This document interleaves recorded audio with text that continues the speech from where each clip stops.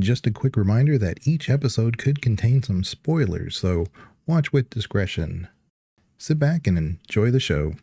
Well, welcome to another episode of The Gamer's Advocate. And we've said before that if you get 1,000 gamers in one room, you'll probably get 1,000 different opinions. However, we like to cover different topics and that are interesting to us. So without further ado, of course, we have Banana and we have Com and myself, Legion. And today's topic is going to be music. And I know a couple of us that know some music, but I don't know about Banana. Banana, do you have any background in music? I played saxophone as a child. Never got any good at it, but I think that kind of set the interest level. I have a guitar at home. I mess around with it every once in a while, and I definitely have an interest in music. I just don't know that I have any talent. Well, I've always said before with music, it's one of those things like you don't have to know any music to appreciate music. That's the one thing about it. It's open to everybody. I don't remember ever talking to you about that background, so I just didn't know if you had one or not. So, but yeah. I grew up on blues. My uncle was a big blues musician, and so I went to juke joints. I am older, so back then juke joints existed, and man, that was my crowd. I got to have a very worldly background from the time I was 5. but yeah, I got to enjoy the blues resurgence of the 90s. So like Johnny Lang and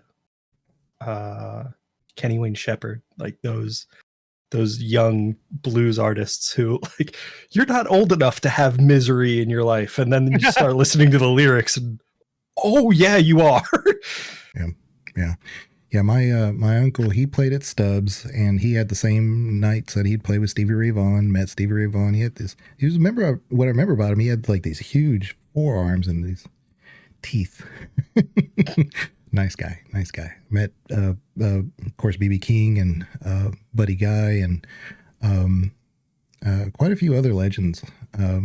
But I mean, that's what I grew up on, and that's what I kind of, my idea of music has always been like, how earthy can it be? But what I've loved is that gaming music loves to take its atmosphere and almost like a movie and the best music for me has always been kind of the one that's there, recognizable, but it doesn't interfere with your gameplay.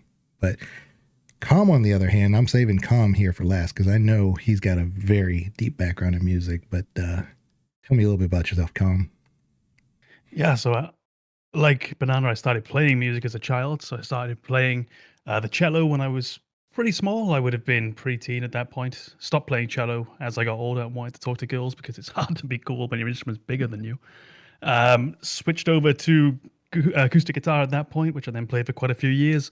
And then I worked as an adult as a professional musician. So I used to play guitar, I used to play bass, I could play piano, rudimentary drummer.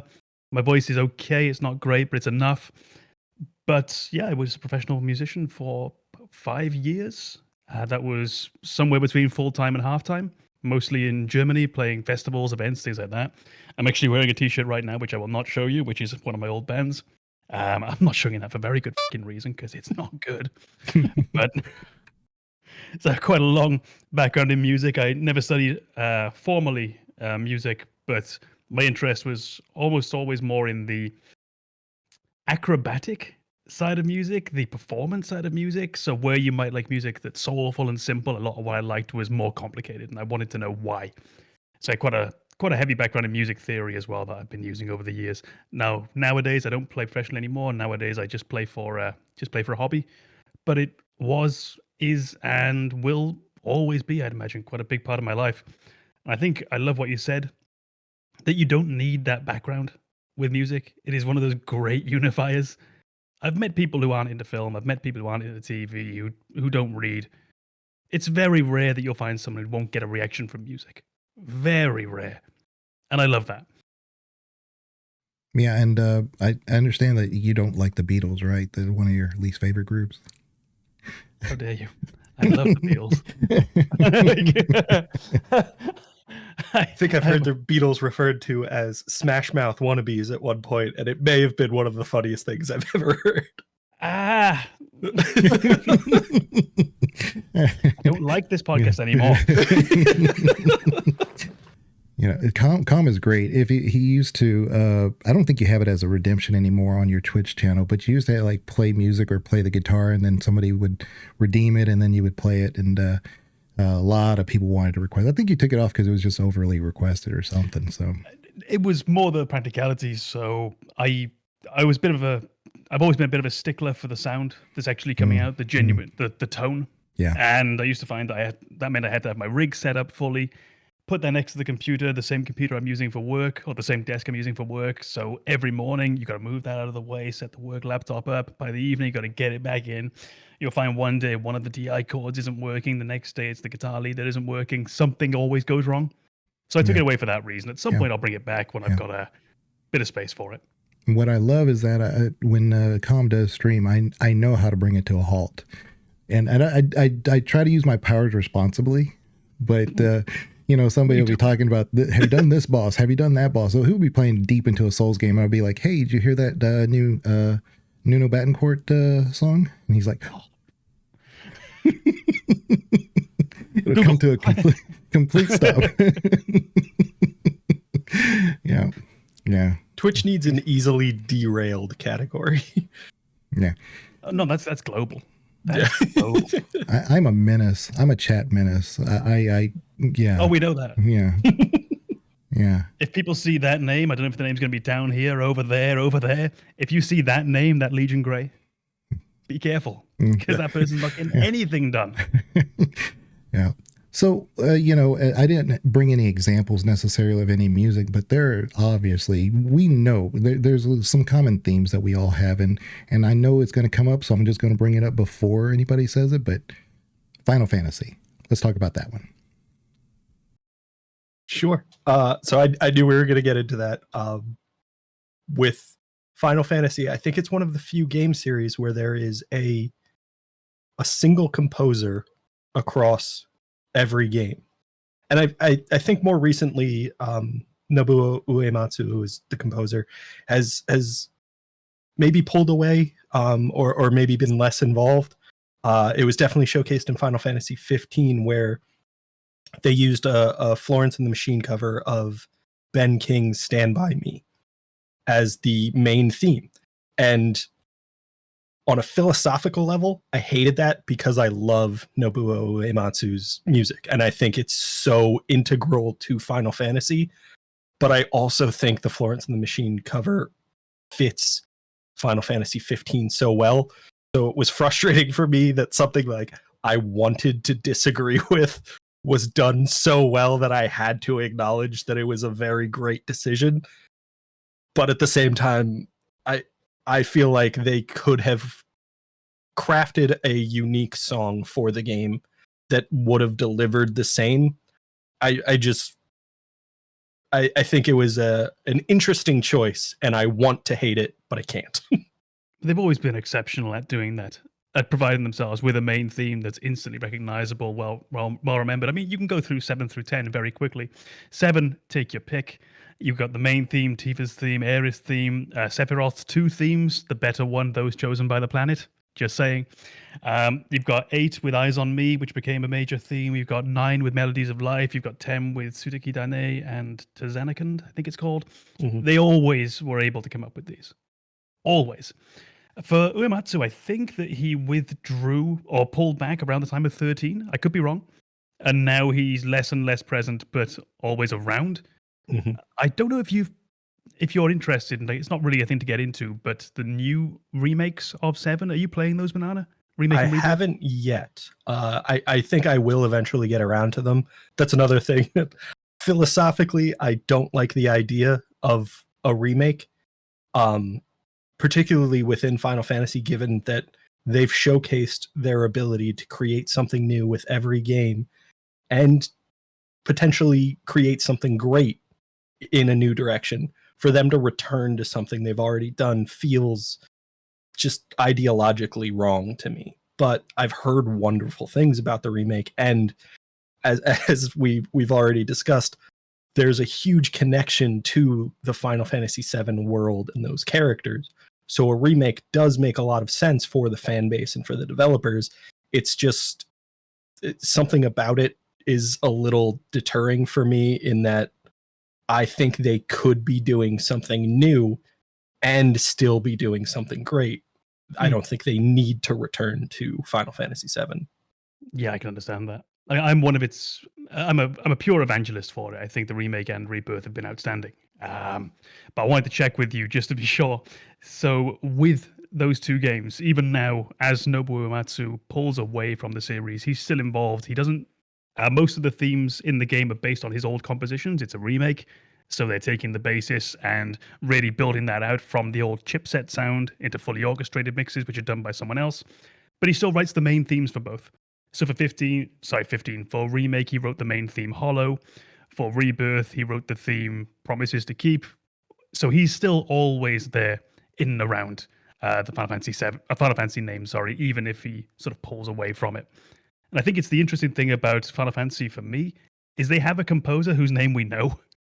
I know not everyone will, but that is incredibly rare. I mean, who else might there be? I think I know the fellow from Elder Scrolls, which is Jeremy Soule. Yeah. Whoa, I wasn't sure on that for a few moments. But we've got him, and aside from that, I couldn't really name another video game composer. I think some of the classic Nintendo games, I want to say Hip Tanaka is definitely one. Yeah. Whose name I recognize. I can't recall which games he was involved in. I want to say the Legend of Zelda series. And that's another, it's just a video game composer who's gone on to do his own thing outside of video games, but I think a lot of people will recognize his compositions from video games and then use that as a starting point to dig into the other projects he's worked in. And I think that's the same with Uematsu. If you listen to his independent compositions, he's just an incredibly talented composer. So outside of the world of video games, it seems like he should be very successful, but I know him because of video games. And I don't want to pigeonhole him into a video game composer when he's just clearly a very talented composer. I suppose we have to decide at what point it becomes genuinely pigeonholing, and at some point it's just reality that this is what we know him from. Yeah. I remember the game Lost Odyssey, which came out for the Xbox, I think. I only wanted to play that because I think he did the soundtrack. That's an excellent game. But I mean, if that's what gets you into the game, awesome. It's a wonderful game, though. I only played the first few hours. I have to find a way to play it, but as far as I can see, it's basically unavailable anywhere outside of sailing the high seas. Yeah, it's I think it was a wonderful game that didn't have the marketing behind it to become as popular as it deserved to be. I think it's very, very well done RPG with a great story and obviously a great soundtrack. But it's one of those kind of hidden gems that like I might bring up and a handful of people will be like, yeah, I really love that one. And then most people are like, what are you talking about? Talk about something I know. Yeah, because I think music really does have that ability to help you become nostalgic immediately. You know, 100%. A theme will come on, you will be like, oh, hold up. I have to recenter myself for a second here. There are definitely some themes within gaming that have always done that to me. I think we talked about this very recently with the Mass Effect. When leaving Earth comes on. When I first played Mass Effect 3 and that came on, I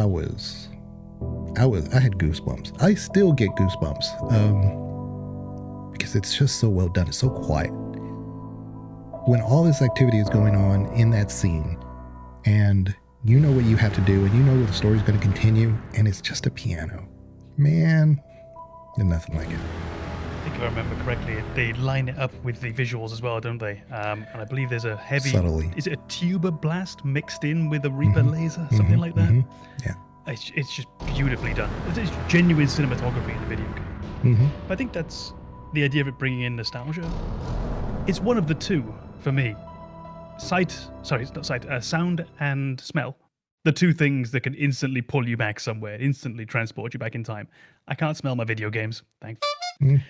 However, I would imagine the world of Final Fantasy VII doesn't smell that great. Helldivers, voila.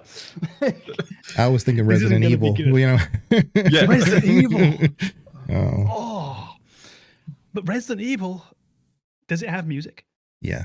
So that's where I was going to go next. There are some genres that really lend itself, obviously, to RPGs, to music and being theatric and, bold, and, you notice its presence immediately. There are some genres that don't really help itself with music, more recently, maybe like co-op games, like Lethal Company and things like that. I mean, the music that there is more or less for goofy purposes, like you have the radio and all that other stuff. But it's pretty neat. It's the ice cream song. I don't remember the name of it, but that comes down with the little thing. And so it's kind of like a little interjection of difference, and it breaks up the monotony of being in horror. Yeah, I think Lethal Company is an excellent example of when music has a stark contrast to the theme of the game, where you have that pleasant little the ice cream man's here, and then you go into a nightmarish hellscape where you'll probably not survive. It's just such a stark contrast, but it works. And I think that's something that like, as I've said, I don't feel like I have musical talent. I don't think that's something I could recognize potential in if I were involved in these projects, to say like, well, this is the emotion of the game. This is kind of the theme we're working around. Let's put in music that has nothing to do with that. That would never be a suggestion I could possibly make. But you see it in games, maybe not as much Lethal Company, but you've definitely seen it in other games where it works. And I think it's just an incredible reflection on the talent of composers and directors of these games to recognize the potential in a way that I personally could never do. And I have to feel like there are other people like me who don't recognize where that would work. I think this is one thing where you have to be careful as a video game designer. Right. There's a problem with music that I don't like, is when your music is telling me how to feel. Yeah. I don't enjoy that. Yeah. If you want an emotional payoff of whatever's taking place, you need to build this outside of the music. So you need to give me the character I care about. You need to give me the story I care about. You need to give me the event that causes me to worry, whatever it might be. If you don't give me all of that, and then you give me some soppy, mopey motherfucking music, you do not get credit from me. It will whisk me out of that moment immediately. Mm-hmm. Yeah. And that's where I really appreciate what you were just saying about music that doesn't fit the scene but kind of works. And there's a long history of that in cinema in particular. So the most famous example is probably the Carol Reed film, or the most notorious example from, I think it's 1950s, The Third Man, starring Orson Welles. And the music for every scene in the movie is essentially the same. It's just this one zither theme, zither of all instruments. And it's just the same every scene with variations. And it always works, but no one would have thought to have done that. And you see it a lot in horror. And the one that jumped into my mind in horror where the music doesn't quite fit, but they use it and it does. It's not a great movie, but if you remember a few years ago, Jeepers Creepers, someone's just had their eyes ripped out, and the background music for the song is Jeepers Creepers, where'd you get those peepers? Shouldn't work. Does. Yeah. So yeah, I don't like to be told how to feel by my music. Always, unless you really deserve it. And when a company can go a stage past that and play music that doesn't tell me how to feel and still gets me feeling how I'm supposed to, that's art. Yeah, it's really difficult, like I said, in horror gaming versus horror cinema. Because in horror gaming, you're really trying to make sure that the sound effects are heard. You can't like say, well, the music was going, so I never heard the zombie in the other room or whatever. I mean, that may be true. That may actually happen in real life. The zombie could be in the other room, even though you have the speakers blaring. But when you're in a horror game, there's very few games that actually try to throw an underlying theme unless it's a pixelated game. You'll see a lot of that in pixelated games. There's a constant running little jingle or theme underneath it. Castlevania, Luigi's Mansion. That's not a pixelated game, but you know what I'm saying. Those side scroller type games, ones that are more animated, I guess. But you get into like a real genuine horror, like Resident Evil or Silent Hill. There's not much music at all because it's really, I can appreciate the devs not putting music into it, because if you did, you're really risking losing the real atmosphere, even though you're really supplementing it. So I can really appreciate that. But that being said, there is some music in those games.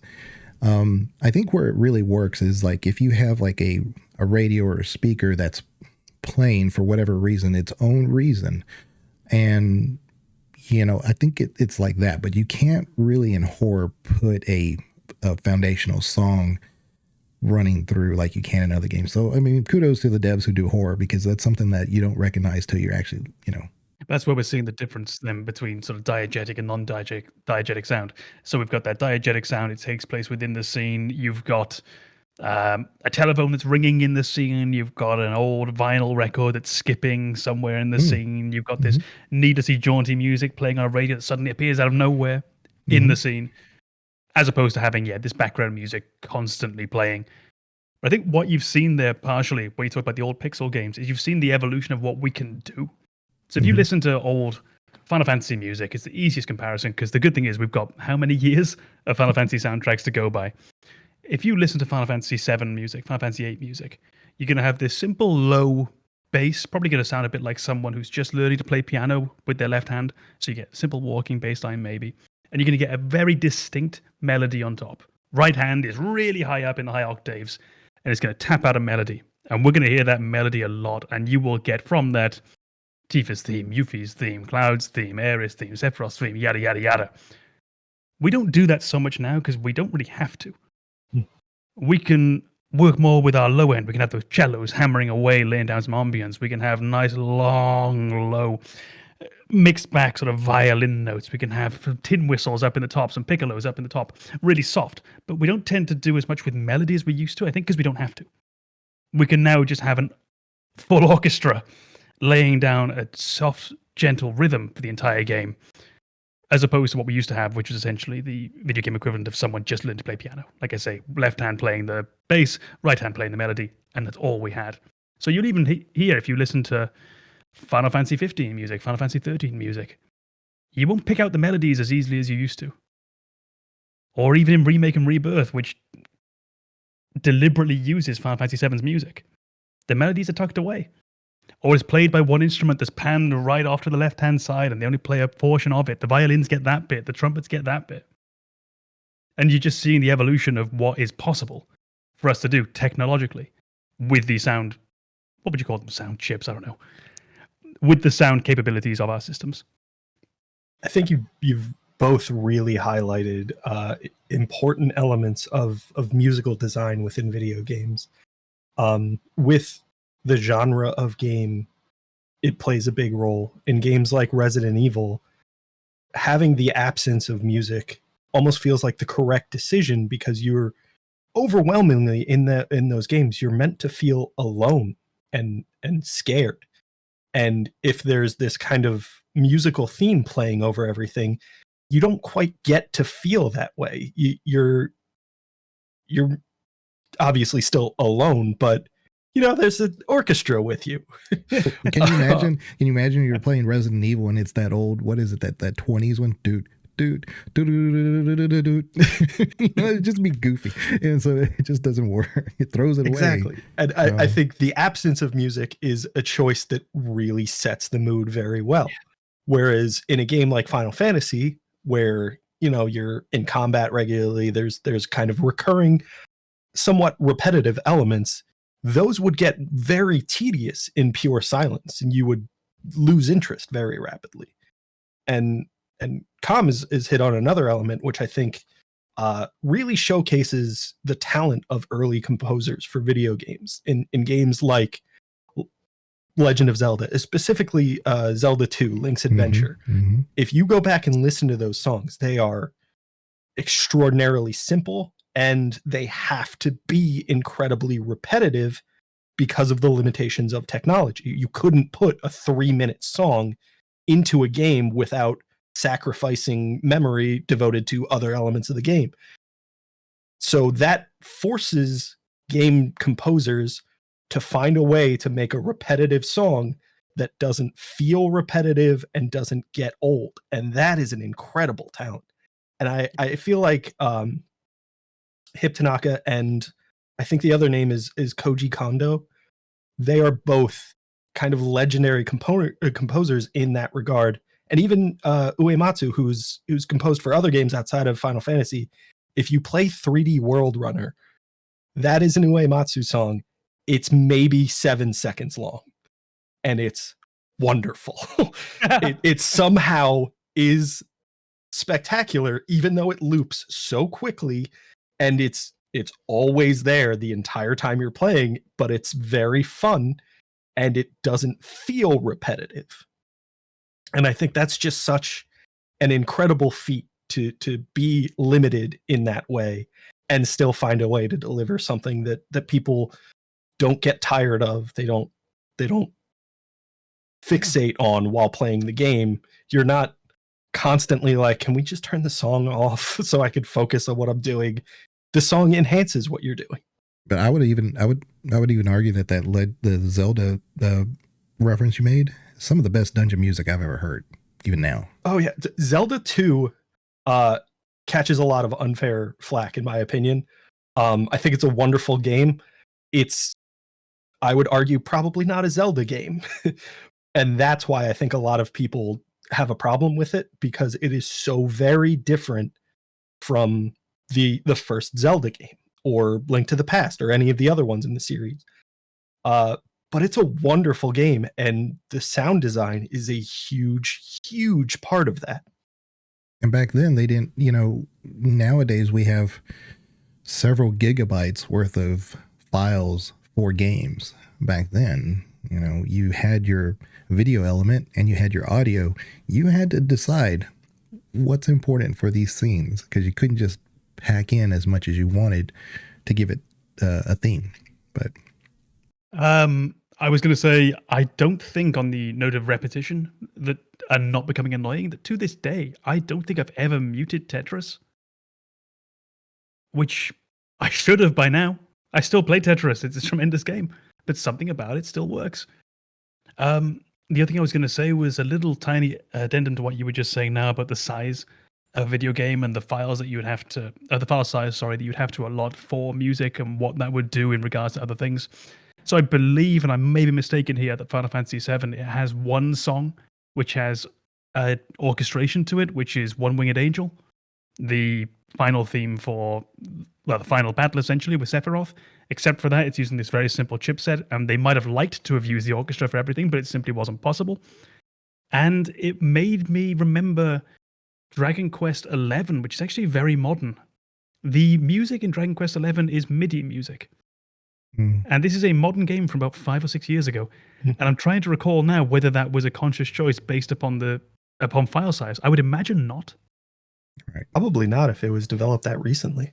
Right? Because ultimately, that feels more like just a design decision to say we want to harken back to retro games or connect to previous Dragon Quest games. Because that's another long-running series. But how rarely would you do that? If you think about how many games now where you would have, let's go back and make a modern game today that plays like an old tactics game. Let's make a game today that plays like a classic RPG. Let's make a game today that plays like a classic platformer. We do that. But we normally keep the music modern to some degree, unless the game is genuinely 100% in the past. Yeah. That Dragon Quest XI, they modernized their visuals. They modernized everything except the music. Mm-hmm. I think... I don't know anyone else who's done that. Shovel Knight is probably an incredible example of tying back to classic or retro gaming. Shovel Knight is designed to be very similar to a Super Nintendo era game. The gameplay mechanics are very simple. The graphics are very dated. They're meant to look like games of the Super Nintendo era. And I believe the composer for that game is Vert.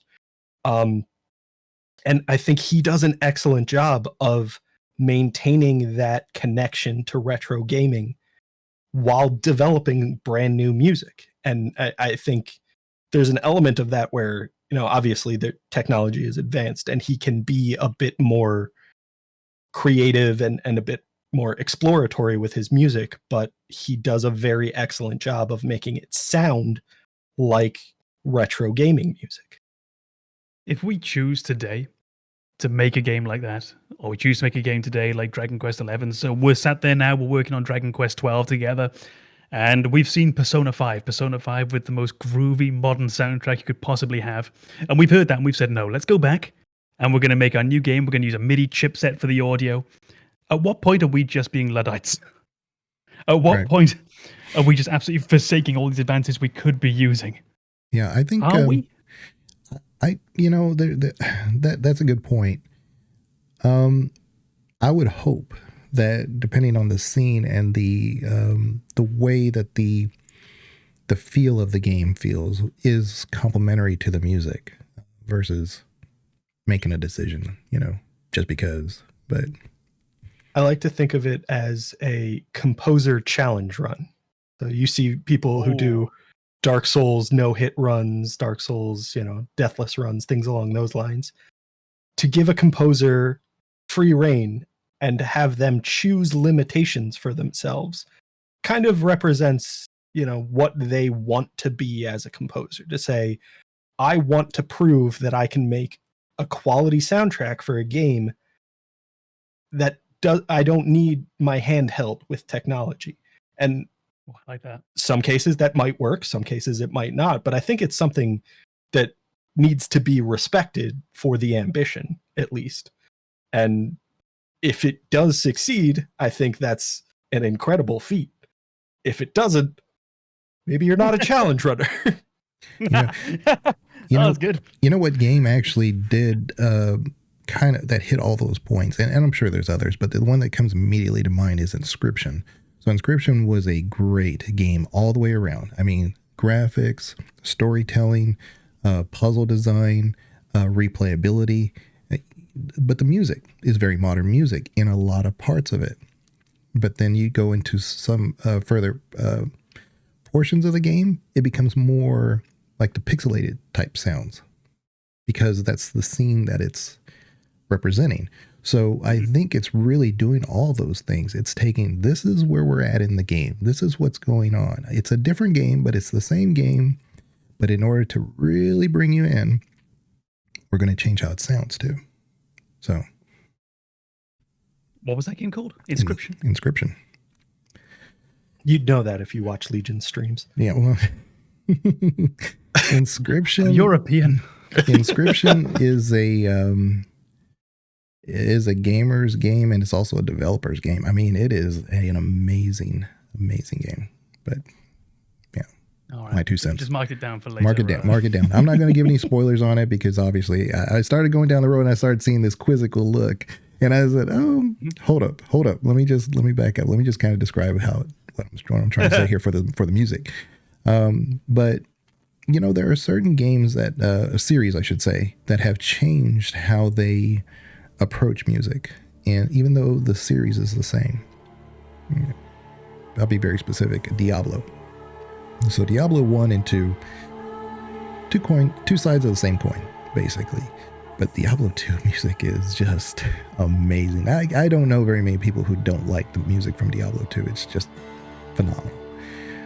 You get into Diablo 3 and Diablo 4, parts of the music, parts of the scenes are great with the music, but it's like they tried to say, let's be more silent and give it more of the whatever. But then you go into like the towns and stuff, and then there's this same like eeriness to it. It's like they're everybody's suffering, and they're trying to like portray that. But the actual outer world where you're fighting things and you're doing dungeons is very forgettable for me. I didn't have that same effect in Diablo 2. Diablo 1, it was just like, I'm here, I'm doing stuff, and the music was really compelling. But that's a series that really didn't follow the same structure, which they're not, they don't have to, but I really see or can hear the difference. And it, in so doing, it feels different too. I think you touched on an element that I haven't poured over the data or anything, but I think the conclusion seems possible to me. If a game's musical design is, you have a tendency to forget about the game. Because I can't recall any game where the music is terrible. I'm sure it exists. I'm sure I've played a few of them, but I can't remember any of them. And maybe it's because the music was a problem and it ruined the game for me, so I forgot about it. I've got a hot take on a game where I fucking hate the music. Baldur's Gate 3. It's just the worst. I hate it so much. That is one of the few games that I will play on mute or put background soundtracks on, whatever it might be. I don't know what it is, and it's not, you're not about to get an intelligent critique. I just don't like it. If I had to pick a reason, it's possibly because of how long I spent in the character creator listening to Down by the River. I was just about to say, I think that's one of those games that fails on the repetition part. Yeah. Having created 40 plus characters, I also am not a fan of that song anymore. But I think the first time I heard it, I was like, oh, this is a good one. I like this. And then hearing it the 4,000th time, I was like, maybe not. Maybe not such a great song. I think I just thought of another one as well, which was Dredge. I remember being very unimpressed with the Dredge soundtrack.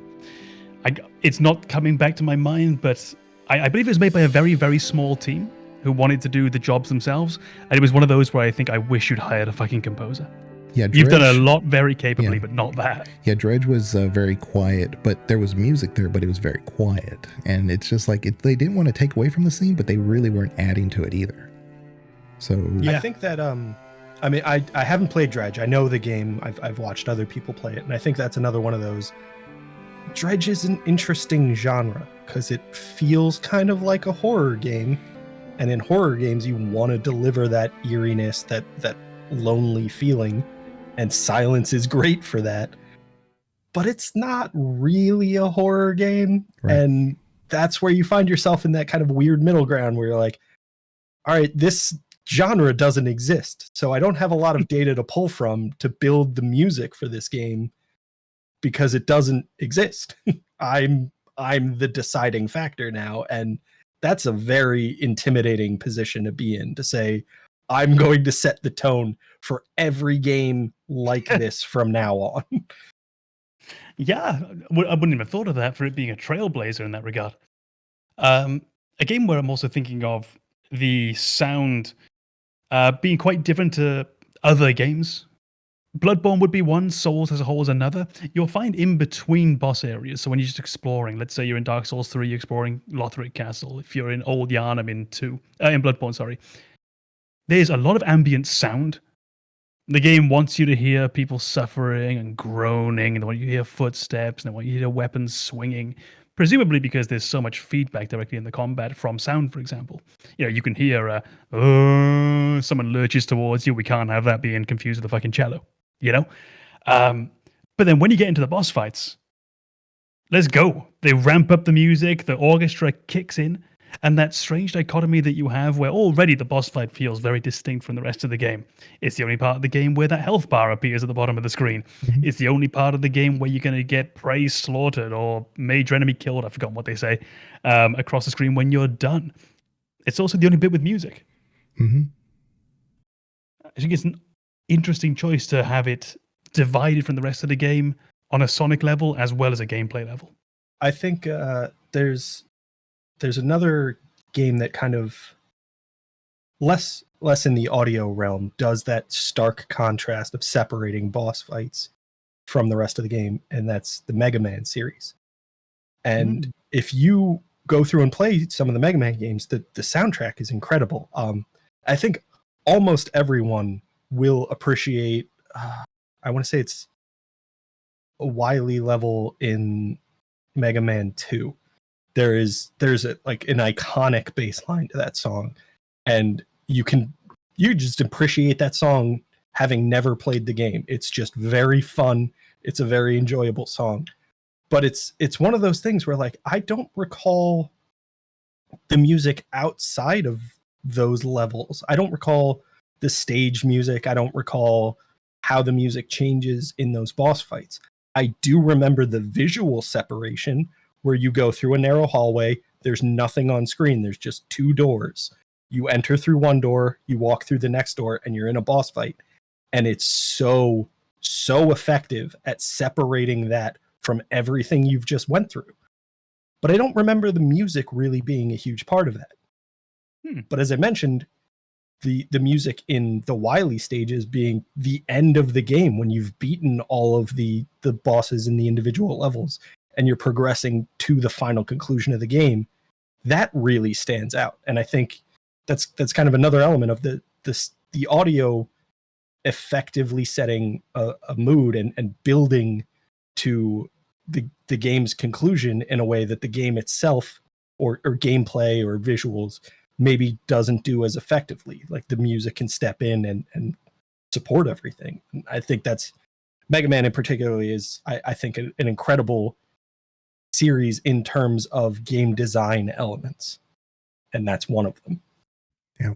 So I'm going to circle back around to this, but I want to make sure I say that I like the music for Baldur's Gate 3, because what little subscribers that we may have right now, we probably lost when Com said that. So,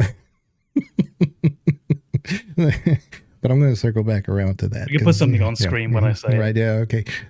Or I'll just mute you. I don't These like opinions do not reflect the opinions of the channel. Yeah, but no. I'm so like, I love hearing opinions of others, and having a discussion is not the same thing as saying you're wrong. You know, I'm the last person you're going to meet. That's it is like for that. me, but yeah, that's a personal failure. Yeah. But I wanted to, because you mentioned Bloodborne, and that is a classic game where the silence is meant to be silent, and there's certain little, you're meant to feel alone, you know, because you are.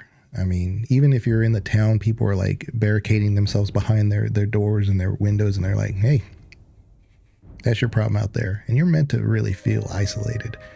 But the Elder Scrolls series, to me, I've always said that peak Bethesda was always Morrowind. The music in Morrowind, in case you don't know, the theme in Morrowind, and if you love the Skyrim theme, that's the Morrowind theme. It's just with the male tenors and you know, and the bass, and then everything's going on, and you know, Dovahki, and you know, and so all that's going on, but really that's the Morrowind theme. And what's beautiful about the Morrowind theme is always, it's just so quiet when it starts. Every time I hear it, it's just like this do do do, and that's even too loud because it's so quiet, and it just starts elevating, and it never gets super loud. It just almost becomes like a hum. And that really is very similar to how the game is played, because you're going around in this open world area, and it's literally open world. I mean, you go from one end of the continent to the other, and you never touch the main quest. And your footsteps are a certain sound by default, a little bit louder than the music actually. So you're really in your head as far as the environment that takes precedent, and the music is there just simply to complement it. But man, does it really, really complement it in the entire Elder Scrolls series. There's so much that actually Bethesda gets a lot of criticism for, but their integration of music is top tier. Yeah. Yeah. I think you've really highlighted how effectively music can play a role in storytelling and setting a mood.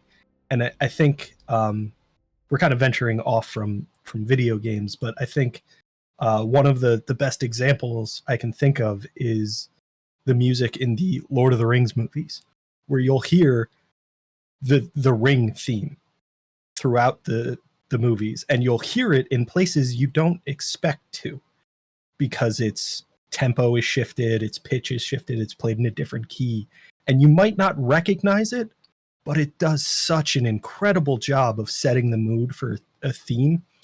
And I obviously, movies and video games are different media, but I think that element of the media is common across both of them, where you can have the same melody played in different manners and set a completely different tone and really effectively support the storytelling you're doing at that moment.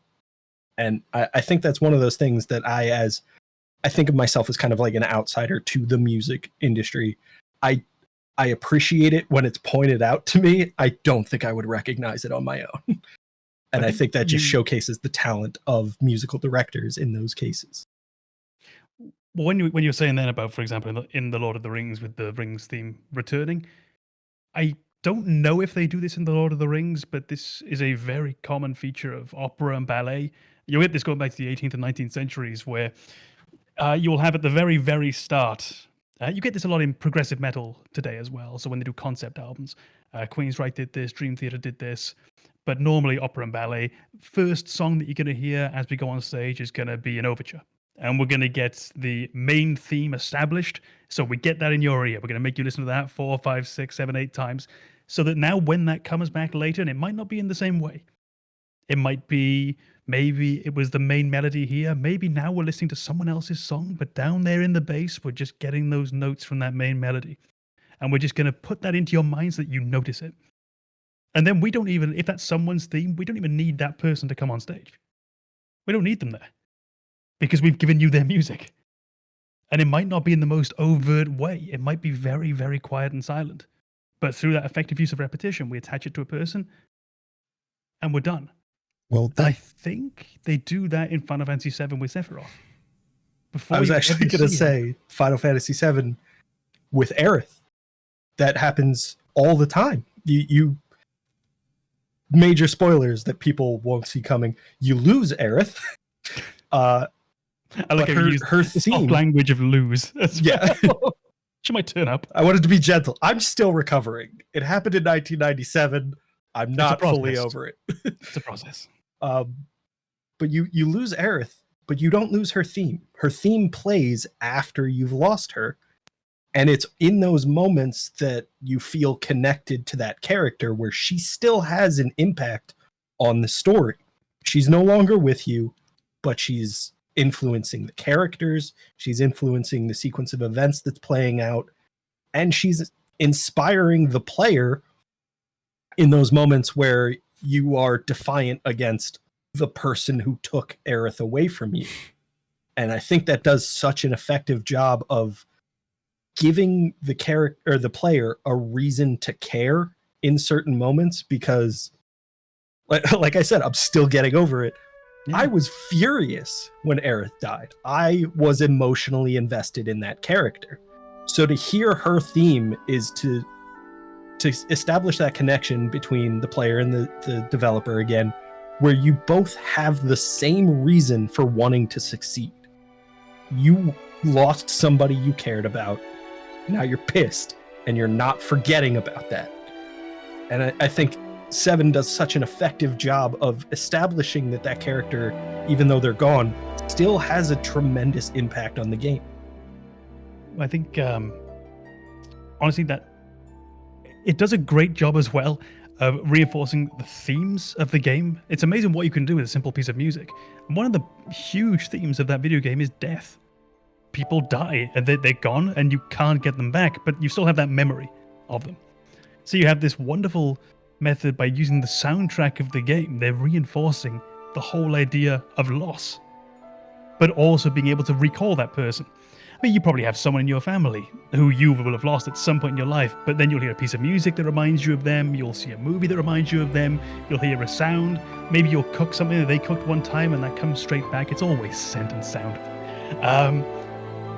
The game just takes it a bit more literally, where it's literally Aerith's theme. Yeah. It just takes it one step further. It's her theme, not just her favorite song. And that's an amazing thing. It's using the sound to reinforce the theme, to reinforce the game's mechanics even. If you think of the way in something we've discussed off stream before, and I've discussed, I think, with almost every other person who's ever played Final Fantasy VII, the usage after Aerith dies, or when Aerith's killed, from the moment that she's killed, her music starts playing and keeps playing through the following boss fight. That boss has a theme. Genova has a theme, and it's an amazing theme. This sort of techno sound. But when you think that all the way through the fight is taking place, your characters, they're not hearing that techno sound. They're hearing Aerith's soft piano theme playing. And the thing that we mentioned before that this would make you feel like is if you've ever lost someone or if you've ever had a bad day, it could be as simple as having a bad day. And then you go to a party or you go to a lunch with a friend and you're thinking in the morning, shit, this is an awful morning. Now I've got to do this bad thing in the afternoon, but in between, let's go to lunch. And all through lunch, you're present at the lunch, you're enjoying yourself, but you're still thinking about what's coming later. You're getting a video game representation of that by them playing that music all the way through that fight. You're fighting Jenova, but you're not hearing Jenova's theme, you're hearing Aerith's theme. And I think you really nailed it with the contrast in the genre of those themes. Jenova's theme being a techno theme should overpower a gentle piano theme, but it doesn't. You're more connected to the person represented by that gentle melody than you are with the events that you're currently experiencing. And as a result, you don't hear Jenova's theme. You don't care. You're not focused on Jenova. You're focused on Aerith. And that was even though she's gone. To be more connected with the person that was there than with the events taking place. That is 100% it. Not to turn this into just a Final Fantasy podcast, but I think Final Fantasy VII does a really, really good job of establishing a mood that the character is, or the player is already experiencing and capturing that in music. So as you approach the end of the game and you're exploring in the Highwind and you reach that final moment where everybody announces their conviction to go fight Sephiroth, you get a different version of the Highwind's theme, and it pierces through. It's so intense when the plates fly off and you've unlocked the full potential of the Highwind to go mess Sephiroth up. It so captures the player's desire to go mess Sephiroth up. And Yes. I think that's just such an incredible element of the game design for the musical director to capture the mood that the player is experiencing without telling them to experience it. It's supporting what you're already feeling. And that's a challenge that I personally don't think I could step up to, but it's so expertly done in that specific game, and I'm sure in plenty of others, but that's the one I have the most connection to. But that's an archetypal example. It's almost the example of early video gaming music used in a story like this. And if I can add one last sort of flourish on that as well, it just goes back to something we said earlier about when we have these old games, they only had so much space on their discs, on their drives, whatever it was. They knew how important that was, that even though it's a variant of the theme, they dedicate those megabytes that they needed. I presume we're talking in megabytes at the time. They dedicate those megabytes they needed, knowing the moment that would be, and knowing the value, that song was going to have in that moment. Yeah, kilobytes, megabytes, whatever. Yeah, they didn't have much. Yeah. It was a CD, so I guess megabytes. Well, if it was a CD, but like I'm talking about, like even on the Nintendo cartridges, you know, the NES and stuff, they didn't have all the space in the world. Yeah. But I'm going to circle back to Baldur's Gate, because the examples you gave, I'm going to totally 100% agree with Com as far as the way the music is used in Baldur's Gate 3 being fundamentally different, and maybe it's not as impactful as it was in 1 and 2. Now, I'm not saying, hey, look, you got to go play 1 and 2 to understand where I'm going with this. But there are certain themes that are assigned to characters in 1 and 2, and that happen when those dialogues occur. So Jaheira's theme, Viconia's theme, Ares' theme, they all have their own little themes. They're not just environmental. In Baldur's Gate 3, all the music is purely 100% environment. So wherever you're at, the music accompanies that. So in other words, if you're in the forest or whatever, you might get music specific to that area, but you're not going to get a different sound because you've romanced a particular character in the game. Whereas in Baldur's Gate 1 and 2, well, 2 specifically, if you have done certain things or romanced a certain character, let's say like Animan or whatever, you're going to get Animan's theme. It's going to come up. And although it's not a very long one, the dialogues that you have kind of take you into this space where it's just you and that person talking. So yes, in Baldur's Gate 3, there's a lot more voice acting. You have a lot of back and forth, a lot of banter, but the music isn't there. And that's why a lot of the I don't really think I've done much romancing at all compared to like all the romance stories I've heard in Baldur's Gate 3. It's like, oh, can you romance this person? I was like, I just don't, it hasn't really hit me as much. And now that I'm thinking about it, it may be because I'm not associating any particular, I'm associating a lot of emotions, maybe a lot of like history, a lot of time spent in the game, but that music isn't there. That's that missing little piece. Whereas Laconia, to me, is the Baldur's Gate canon romance. It just is. I know it's not. But to me, in my head canon, it's always been Vicky. It will always be Vicky. She is like the overarching companion for me. But you do have a separate theme song just for her. That does not exist in Baldur's Gate 3. But that goes with what I said before too, whereas you have a design philosophy that's different in Diablo. I think you also see it in the Baldur's Gate series. One other interesting thing that's going on in modern gaming is the usage of artists independent of the game, and using their music and getting a license for it and incorporating it into their games, which works, I think, for their purposes. For just promotion. Obviously, if you have a hit song and you can associate that with your game, win-win, right? It works against people who are streamers, obviously, because they could get hit with a copyright and things like that. And that's why they actually have a little button in some of these games that say, they'll play as a copyright-free playthrough. And I don't know. I don't know. There's certain things about that kind of don't hit me right, because if you really want the scene to work, then I shouldn't need to say that. But I totally get it. Artists have the right to have their own license to the thing. They should be able to make their own profit off the thing.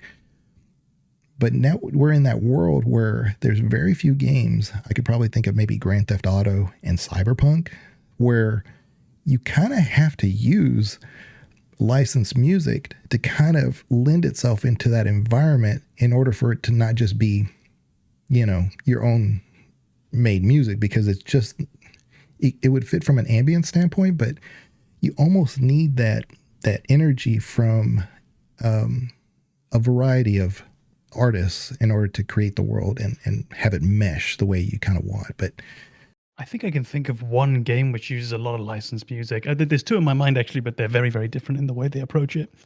And the first one is a game where I think you almost need this approach, because I think it adds a lot to the world, and that's Fallout, particularly from Fallout 3 onwards. So you have the in-game radio systems where you're getting, I can't remember when the world ends, but let's say the world ends in 1955 in Fallout. You're getting songs that were big in 1955, 1954, 1953. And I feel it does a lot for this feeling out of the world, where we're living in the year 2000 something nowadays. We're living very close to today's times in the game. But the game world is this bizarre combination of, it's left the 1950s completely behind, but it's still anchored within that so much. And that can be in characters' viewpoints, characters' morals. It can be in architecture, the 1950s view of the future. If you think of the way that we thought 3D would look when we go and, was it Back to the Future, which had a 3D Jaws movie? I think with the shark jumping out of the cinema. 3D? I saw it in films.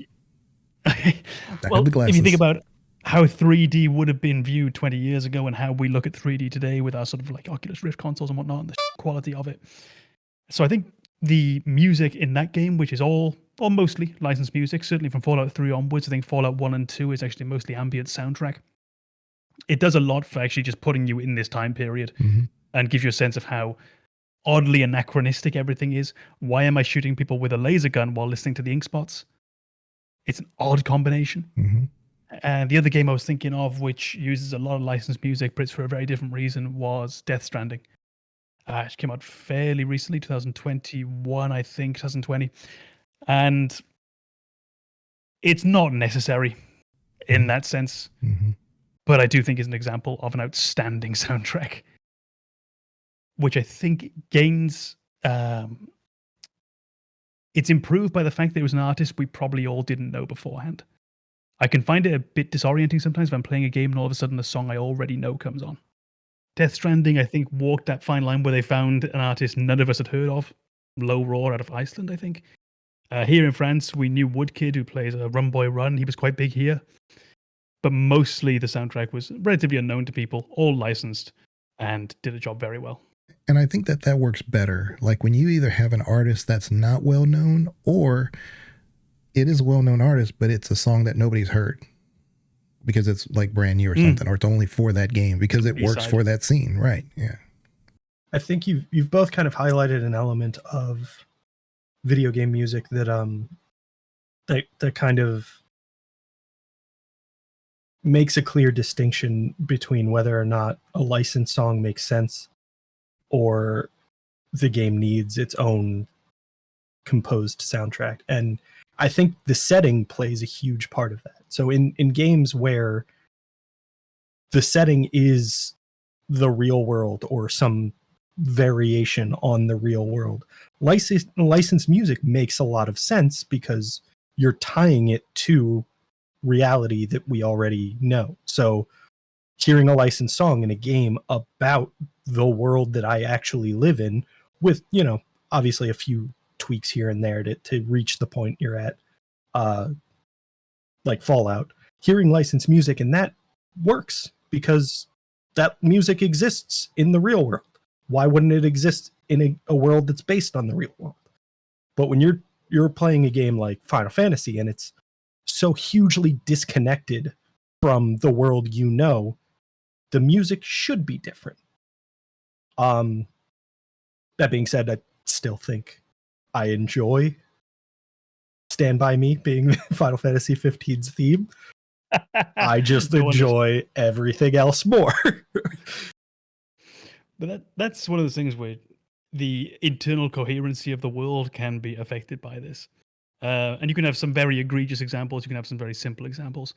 Again, not to refer to it always, but Final Fantasy VII, there is a point when you can order a meal. It's a very, very small side note. And one of the meals you can order is Korean barbecue. Korea doesn't exist in that world. And it's just a little moment where when you look at it, you just think, oh, okay, that's odd. And that's a very, very minor example. But if then during the boss fight, you know, if instead of the one-winged angel, we're going to get a tumbling dice by the stones or something, it's just going to pull you out. It's going to be uncanny. It's going to be unsettling to some degree. So I think you do have to be very careful with licensed music. And as Banana really pointed out, if you have a basis in our reality and the timelines match up, fine. Outside of that, you have to tread quite carefully. Yeah, it's Cyberpunk, like I said, does a really interesting thing too, where they take a fictitious character, Johnny Silverhand, who's supposedly a licensed artist himself. And so you're taking that music and incorporating it into the world and making it seem like it's supposed to be popular. It's so meta. I mean, it's just really, it takes music to another level without realizing it. But that's kind of like what Bethesda and CD Projekt have done really well, is that they've always incorporated their music as a priority, as part of their storytelling. And I think that's the main thing. When you're talking about RPGs especially, that's got to be something you got to do well. I think especially with Cyberpunk, like, can you imagine how you would have felt if he was supposed to be this legendary figure with this band and their music sucked?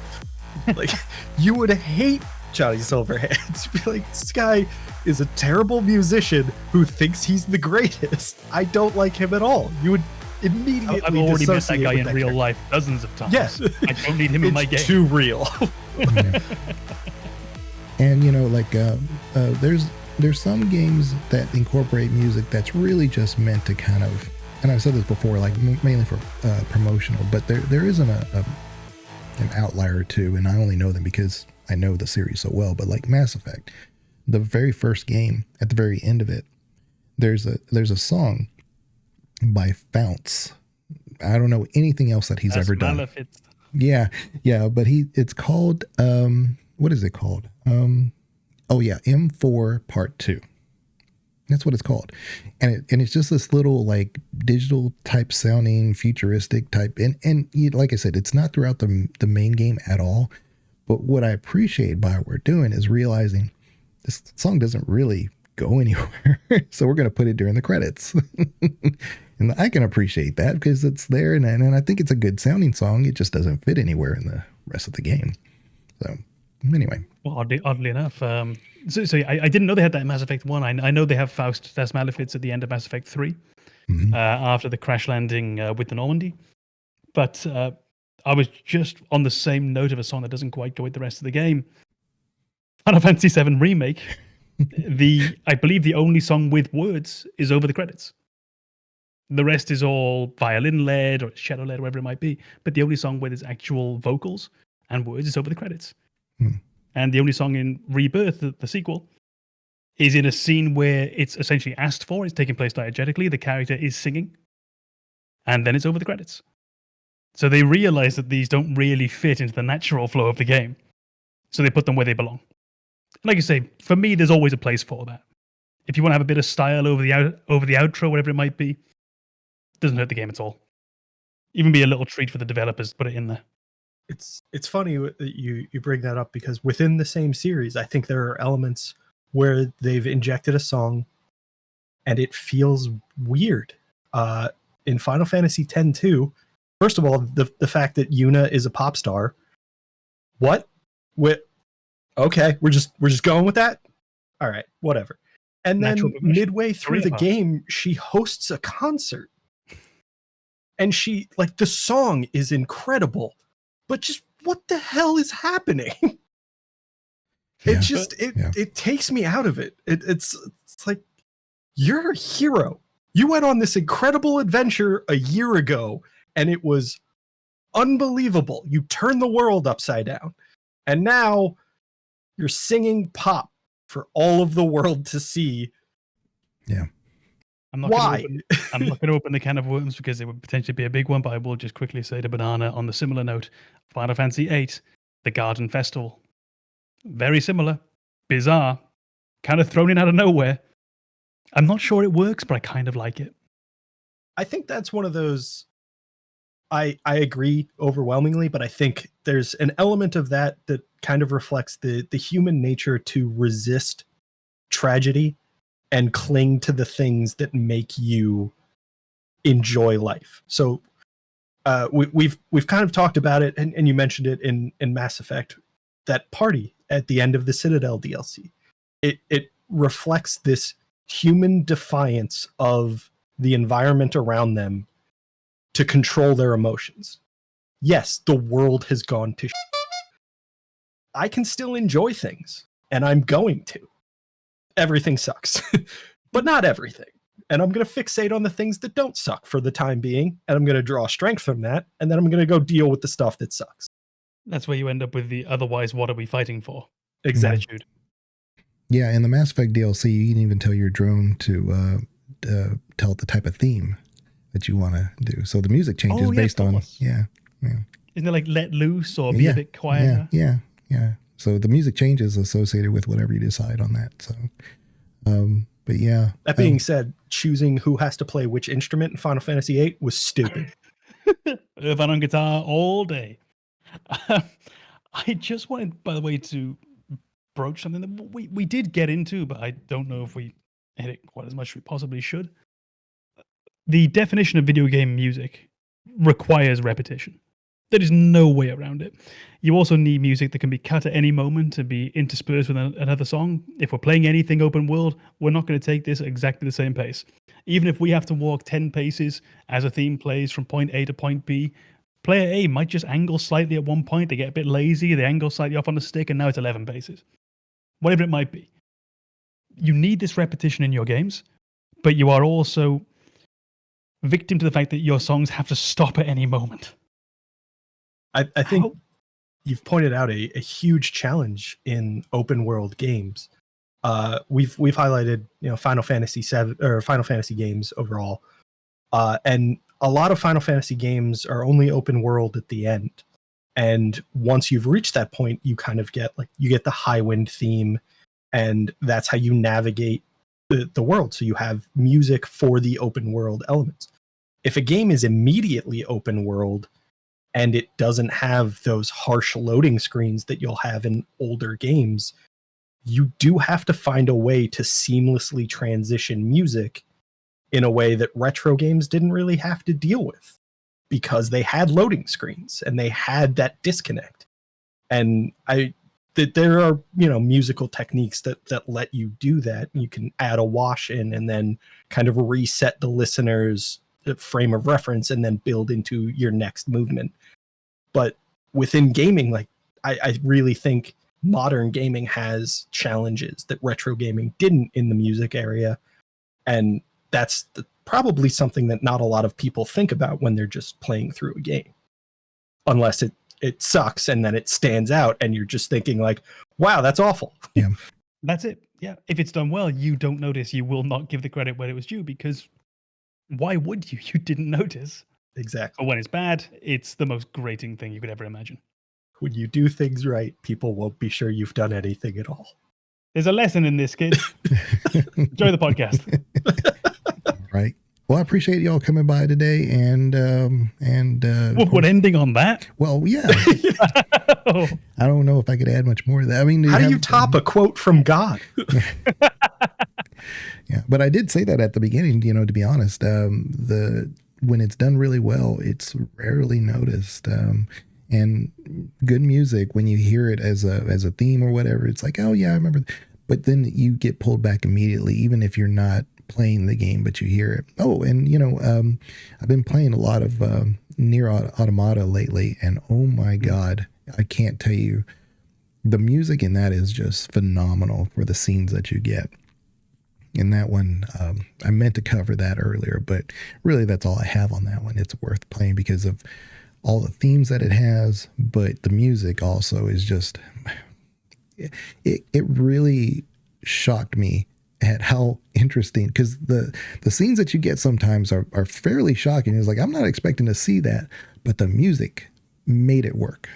So I think that's one of those games where, like, we've talked about the horror games and those moments where you're supposed to be kind of freaked out by what's happening, and kind of the default seems to be silence, where you're just forced to deal with what's happening and focus on it. And Nier Automata does such a great job of enhancing how freaky what you're seeing is, with very strange music that's very well done. Mm-hmm. Yeah. It might be just an idea to get an idea of where you come from on this. Sort of, what is your favorite video game soundtrack? Or maybe if top 2 or top 3 if you can't pick one. Banana? It's an excellent question.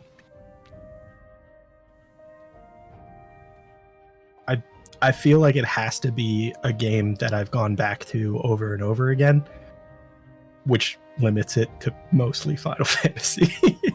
But that's fine. It's what you like. I would say 10. Final Fantasy 10, probably my favorite video game soundtrack. It's a good choice. I mean, soundtracks for me, it's going to be Morrowind, number 1.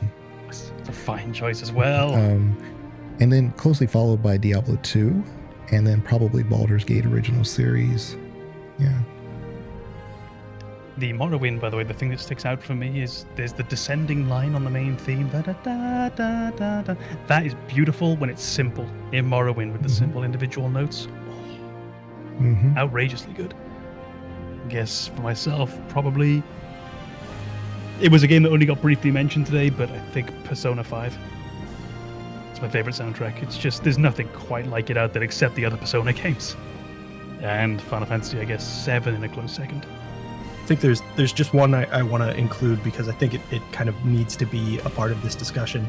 And if you go back and listen to the soundtracks in Mario games, Mario has a very, very great way of dealing with the reality of failure, because in every Mario game, Mario dies at some point, unless you're incredible. And it's never tremendously dark. It's always approached with kind of like a playful, a gentle tone. And the music is a huge part of that. So like in the originals, it played a little jingle when you died, and it didn't hurt nearly as bad. And in Sunshine, that game becomes, a nightmare because it's so difficult. you have this upbeat tone to the music, and it's like a playful little vacation. Yeah. And it really helps the player kind of continue playing a game that they're struggling with. It certainly helped me. And I think that's an element of it that needs to be recognized, that Mario does such a great job of softening the blow of death, and the music is such a huge part of it. Yeah. I wish we'd broached that earlier. That is a tremendous point. On the other side of that, I was a huge Metroid fan, still am, but the music suddenly stops when you die, and then so it's very dramatic. It's the other side of that coin. That's good. Mm-hmm. I also feel like we need to point out that the Castlevania games have incredible soundtracks. Yes. Oh yeah, That's all I have to offer. I did don't mention have that before. critique or I did mention that. Yeah. Anything, Mm-hmm. they're just very good. Mm-hmm. Yeah, that's why I said that those old pixel games, especially the action horror, I mentioned Castlevania because that's the exception, because there's always something going on with that. But yeah, well, I appreciate everybody being here today, and we will definitely catch all y'all again for the next one. Bye now.